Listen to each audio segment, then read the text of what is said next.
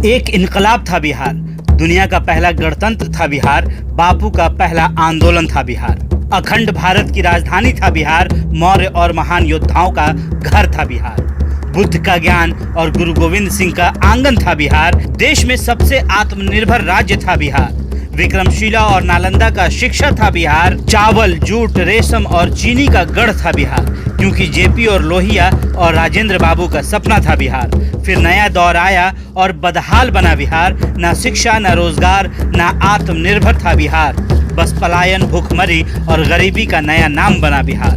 बिहार इतना महान था कि दुनिया को पहला सम्राट दिया, लिच्छवी राजाओं ने दुनिया को पहला गणतांत्रिक गणराज्य दिया। यह भूमि है महावीर की, भगवान बुद्ध की, चाणक्य की, आर्यभट्ट और कालिदास की। ये भूमि है आंदोलन की, ये भूमि है बिहार की। जब बिहार की धरती इतनी महान थी तो ये अचानक इतना पीछे कैसे चला गया? यहाँ की मिलें, फैक्ट्रियाँ और कारोबार सब कैसे खत्म हो गए? आखिर बिहार की खुशियाँ कौन लील गया? क्या सरकार के साथ इसमें हम भी उतने ही बड़े भागीदार तो नहीं?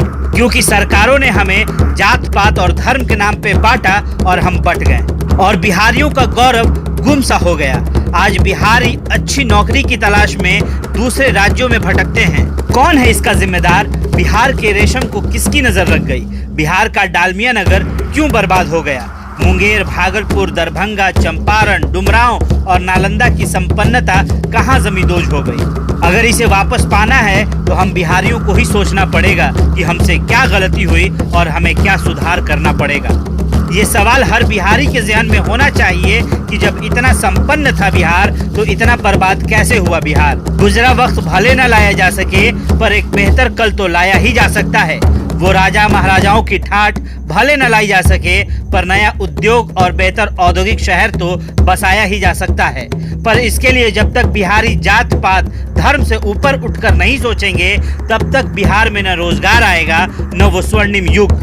हर बिहारी को कंधे से कंधा मिलाकर खड़ा होना होगा, ऊंच नीच जात पात भुलाकर सिर्फ बिहार के बारे में सोचना होगा, तभी बिहारी सर उठाकर जी सकेंगे। भाइयों, आपने बहुत जात पात, धर्म और इन सब चीजों पे लड़ते रहे, क्या मिला आपको? इसके बदले में आपको सिर्फ और सिर्फ पलायन, गरीबी, भूखमरी मिली है। पर अब अगर आप चाहते हैं कि आपका बिहार भी दूसरे राज्यों की तरह ऊपर उठता चला जाए तो अब अपनी सोच को बदलने का वक्त आ चुका है।